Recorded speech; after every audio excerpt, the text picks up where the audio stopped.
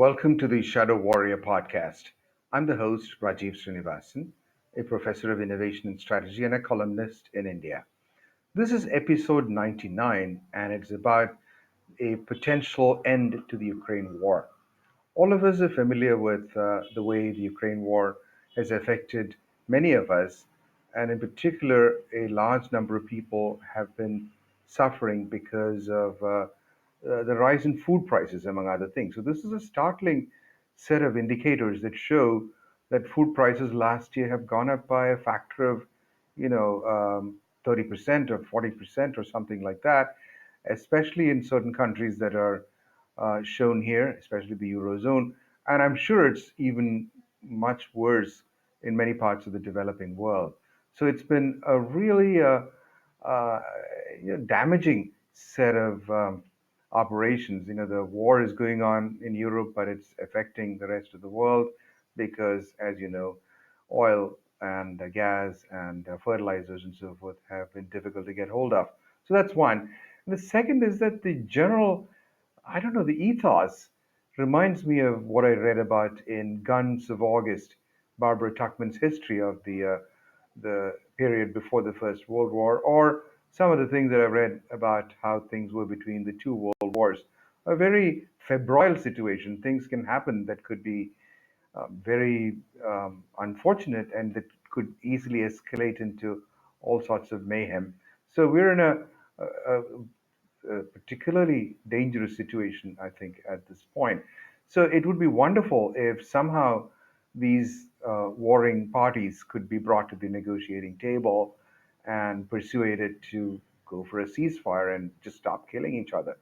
Now, my belief is that there are some glimmers of hope, and and here are three reasons why I think this could well be a prelude to something happening on that front. First, there is this operation going on in a town called Bakhmut, which I believe is on the verge of being captured by the Russians, and this has certain consequences. The second is, for a change, I'm hearing some noises about potentially coming to the negotiating table from the Ukrainians, and they had been very insistent that they would not do that because they believe the Russians are the aggressor and they need to push the Russians out of the entire country. But now I'm hearing some little, room for optimism, I guess, from their side. The third thing, which is kind of interesting, is that there has been this giant leak, which they're comparing to what Snowden did and so forth some years ago. An enormous amount of material that's classified has come out. Now, this is interesting because usually these leaks happen when somebody wants them to happen. It's not as though these small guys went there and found something and put them on the net. Of course, that's possible. But my belief is that there is usually some, big guy, some big player behind the scenes who deliberately leaks these. And even though we don't know, it's not been reported in the media in detail what is in this leak. There are some reasons to believe that it's sort of foreshadowing an American belief that the war has not been all that conducive to their interests. Now, one of the things that I have been thinking about is that there are these neoliberals, I suppose, and I get confused between neoliberals and neocons, but what I see is that these neoliberals are warlike. An example would be the Economist magazine, which has always, in a way, encouraged war.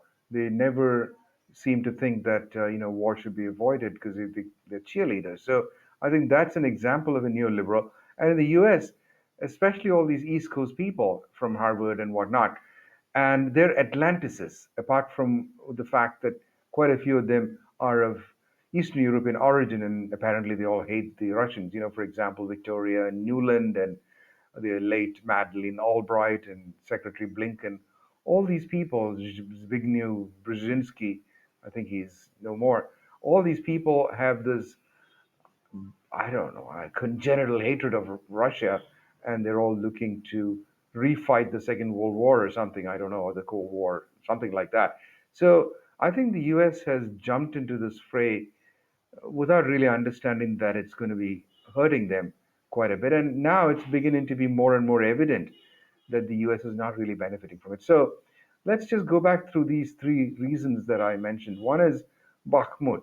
Now, Bakhmut is a relatively small town, but it seems to have some significance militarily and also from the point of view of propaganda. I believe that place is full of salt mines, which are good places to hide a lot of stuff.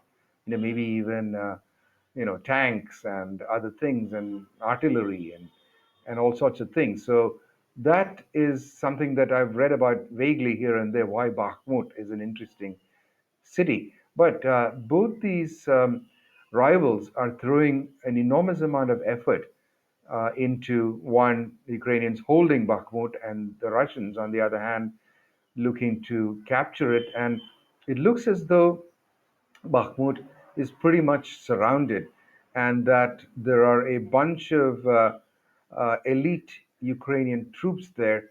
If they're captured, that may well be the I don't know, end or even or the death blow to any Ukrainian so-called spring offensive.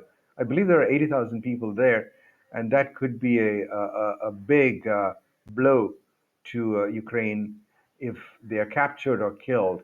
And it looks likely that they will be because the Russians are sparing no effort. So that's, in a way, it's a big negative. But the fall of Bakhmut is going to be such a big propaganda victory for the Russians and defeat for the Ukrainians. It may nudge the Ukrainians to the negotiating table. And I say that because I think all along it's the Ukrainians who've been recalcitrant and saying that no, we will not negotiate, even though, from a neutral outside perspective, it looked pretty much like that was a bad idea. And now I'm seeing some semblance of willingness. Well, there are many ifs, thens, and buts. It's sort of like, well, if we reach the Crimean border, then we're willing to negotiate on Crimea. Translation: look, we really would like to figure out some face saving way of getting out of this because it's highly unlikely that the Ukrainians are going to be able to capture or recapture Crimea. But I think this is a way, it's a diplomatic way of saying, look, maybe it's a good idea to go back to the negotiating table or go to the negotiating table. So that I think is, in a way, a good thing. The third thing is the massive leak.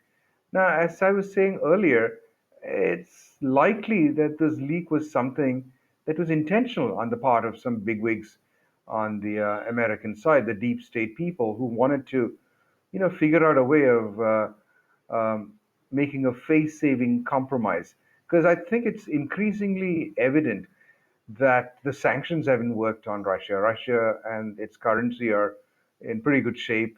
And in fact, it's America's situation that seems to have been damaged a little bit. On the one hand, with the OPEC cutting their production, and the Saudis pretty much indicating that they're not very happy with the Americans. They're being friendly with the Iranians under Chinese auspices. Now, these are not good things, which indicate that the American economy is likely to be affected because the dollar and its standing as a reserve currency is now suddenly and maybe to an unprecedented extent in jeopardy. Now, we know that this is a big deal. If the dollar loses its reserve currency status, then there will be much less demand for it. Because today, all third parties denominate their trade and other cross country expenditures and donations and loans and everything in dollars, which means there is a constant demand for dollars.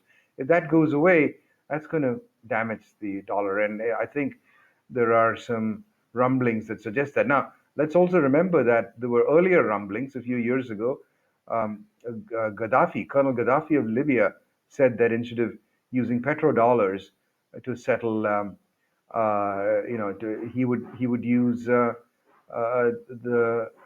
euro or something. And similarly, Saddam Hussein of Iraq was also thinking of moving away from the dollar. Now, this is an anathema to the Americans, I think, with good reason. And lo and behold, they were overthrown, and those ideas about moving to other currencies went away. But I think today there is a lot of push by the Chinese to use the petro yuan, for example, and the BRICS are planning to bring out their own currency, and then everybody and his brother is looking to bring out central bank digital currencies. So there is a fair amount of churn in that area. So that's on the one hand, it's something that suggests that the Americans are actually being damaged more than the Russians are, and therefore it may be a good idea for them to say, look, okay, unfortunately this leak happened, and this has leaked all sorts of confidential information about the Ukrainians' capacity and their ability to prosecute their spring offensive, and also it has exposed some of our moles in the Russian establishment, etc. And look, this is a bad thing. So maybe we do need to go for a truce. So maybe I don't know, extrapolating or hoping or something or reaching. But my belief is that these three or four things that I've just discussed suggest that instead of being a prelude to war in I mean, it's a war between the Americans and the Chinese, which I've been very nervous about.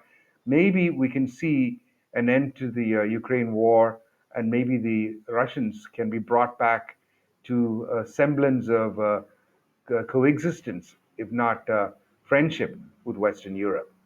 With that, I will conclude here, and thank you for listening.